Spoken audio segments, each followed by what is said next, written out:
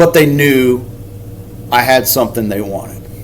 Because I had love. I had joy. I had peace. And as we go through the rest of the list, they all pile up because it's the Holy Spirit through us. So whatever situation you're in, every conversation you're in, whether we like the situation that they're in, one of the things the kids recognized was, I didn't care where they were at. I didn't care what they were doing. They knew if it was a hurtful thing, I may or may not call them out. But they knew I loved them. And they saw the love that I had for them. And the way I showed love, I didn't go, that's wrong, you're evil, you should blah, blah, blah, blah, blah. The way I showed love is, Holy Spirit, what question do I ask tonight? Because I knew there's a pain. There's a hurt.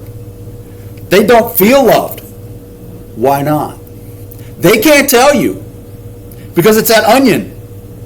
They know there's a disconnect somewhere, so they're going to be something other than.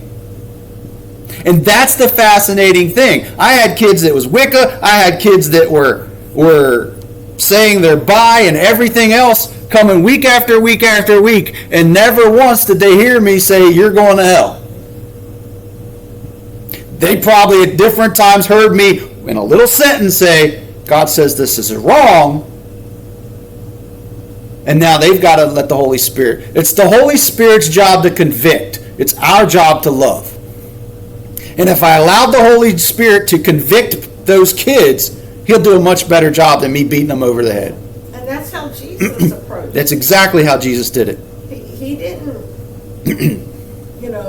get really preachy. He didn't say, you're doing wrong. When he met the woman at the well, the Samaritan woman at the well, he talked to her. But he told her the truth. He did in love. And he knew. Yeah, and he knew. But he knew what her life was like, and still he stayed there and talked. And he loved on her. Even just talking to her wasn't appropriate for him to do. Right.